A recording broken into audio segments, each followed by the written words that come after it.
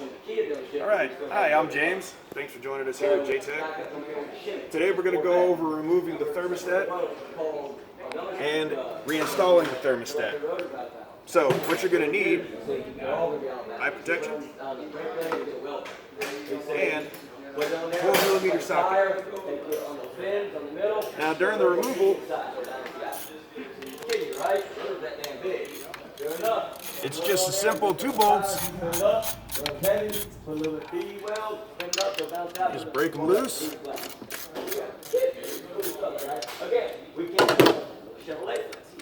Now the whole purpose to a thermostat is to make sure that you have proper flow of hot coolant so it stays shut until your coolant levels heat up, and then it releases and allows you to get all the coolant circulating to maintain an engine temperature. There's the housing. Set that to the side. And this right here is your thermostat. Now, as you can see, this is a highly corroded thermostat. Now, you could do a test on it, or you could just replace it.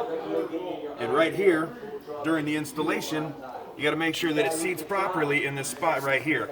Of course, on the inside, it looks like we need to flush it, so that'll be something else that we can do on a later date.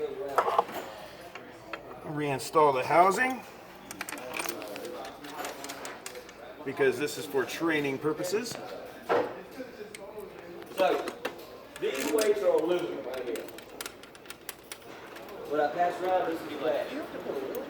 Good, tire store. What does it do? And like cheap tire store. Now, it's important to remember, problem is, this weight can't be cut down.